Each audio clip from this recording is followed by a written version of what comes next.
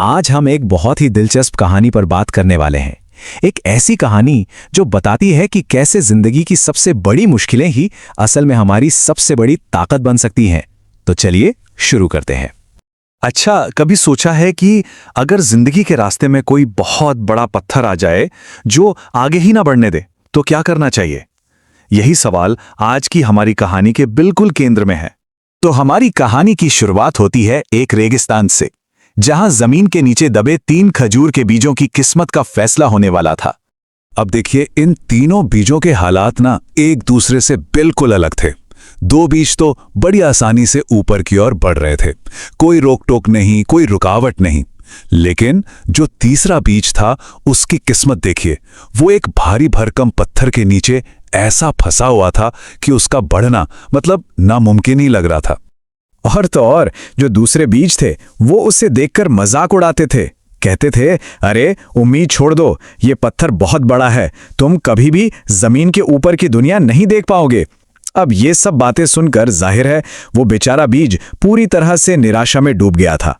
लेकिन जैसा कि अच्छी कहानियों में होता है, ठीक जब वो बीज हार मानने ही वाला था, कहानी में एक जबरदस्त मोड़ आया। उसे एक ऐसी सलाह मिली जिसने सब कुछ बदल कर रख दिया। ये आवाज थी रेगिस्तान की मिट्टी की। मिट्टी ने उसे समझाया, देखो, जब ऊपर जाने का रास्ता बंद हो तो इसका मतलब ये नहीं कि सारे रास्ते बंद हैं। एक नया रास्ता अपनाओ, नीचे की तरफ जाओ, अपनी जड़ों को मजबूत करो। तो बस उस बीज ने एक नई योजना पर काम करना शुरू कर दिया। उसने ऊपर की तरफ धक्का देना बिल्कुल छोड़ दिया और अपनी सारी की सारी एनर्जी जमीन के अंदर अपनी जड़ें फैलाने में लगा दी। हाँ, दूसरे बीज अब भी उस पर हंस रहे थे, लेकिन उसे कोई फर्क नहीं पड़ा। वो जानता था कि वो अपनी ताकत बर्बाद नहीं कर रहा, बल्कि अंदर से खुद को फौलाद बना रहा है। तो सवाल यह है कि सतह के नीचे जो ये कड़ी मेहनत चल रही थी, इसका नतीजा क्या निकला? चलिए देखते हैं। और फिर उसकी मेहनत रंग लाई। लगातार कोशिश करने के बाद उसकी जड़ें जमीन में इतनी गहरी चली गईं कि वो पानी के एक स्रोत तक पहुंच गईं। अब सोचिए, उसके पास पहले से दोगुनी ऊर्जा थी और जड़ें तो मजबूत हो ही चुकी थीं। इस नई ताकत के साथ उसने एक बार फिर ऊपर बढ़ने की कोशिश की और इस बार उसे पत्थर के बगल से निकलने का एक रास्ता मिल गया।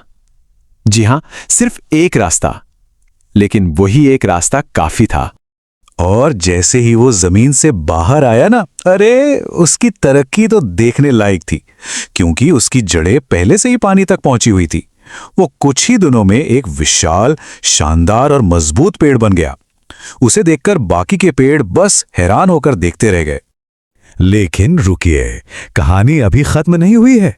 असल में असली परीक्षा तो अब होनी बाकी थी, उन सभी पेड़ों की ताकत की असली परीक्षा। हुआ यूं कि कुछ दिनों बाद उस रेगिस्तान में एक बहुत ही भयानक तूफान आया। अब थी असली चुनौती, और उस तूफान का नतीजा सच में चौंकाने वाला था। वो पेड़ जो बड़ी आसानी से बड़े हो गए थे, जिनकी जड़ें कमजोर थीं, वो या तो टूटकर गिर गए या जड़ से ही उखड़ गए। लेकिन वो पेड़ जिसने पत्थर के नीचे संघर्ष किया था, जिसकी जड़ें बहुत गहरी थीं, वो अपनी जगह पर शान से खड़ा रहा। तूफान उसका कुछ नहीं बिगाड़ सका। तो इस पूरी कहानी से हम सीखते क्या हैं? ये कहानी हमें मुश्किलों के बारे में एक बहुत बहुत गहरी सच्चाई बताती है। देखिए, हमें यह समझना होगा कि जिसे हम संघर्ष का समय कहते हैं ना, वो असल में तैयारी का समय होता है। मतलब जब हमें लगता है कि हमारी तरक्की रुक गई है, शायद वही वो वक्त होता है जब अंदर ही अंदर हमारी जड़ें सबसे ज्यादा मजबूत हो रही होती हैं। तो चलिए, इस कहानी से कुछ जरूरी बातें हमेशा के लिए याद रख लेते हैं। पहली बात, समस्याएं हमें रोकने के लिए नहीं आती, बल्कि हमें और मजबूत बनाने के लिए आती हैं। दूसरी, जब एक रास्ता बंद दिखे तो घबराना नहीं है, अपनी ऊर्जा दूसरे रास्ते को खोजने में लगानी है। तीसरी, असली ताकत उन संघर्षों में बनती है जो दुनिया को दिखाई नहीं देते। और हाँ, आखिरी और सबसे जरूरी बात, मुश्किलों में जो नींव बनती है ना, वही भविष्य के बड़े बड़े तूफानों में हमें संभाले रखती है। तो ये कहानी हमें एक बहुत गहरे सवाल के साथ छोड़ जाती है। क्या ये मुमकिन है कि जिस मुश्किल को आज हम सब अपनी सबसे बड़ी रुकावट समझ रहे हैं, वही कल हमारी सबसे बड़ी ताकत बन जाए? इस बारे में सोचिएगा जरूर।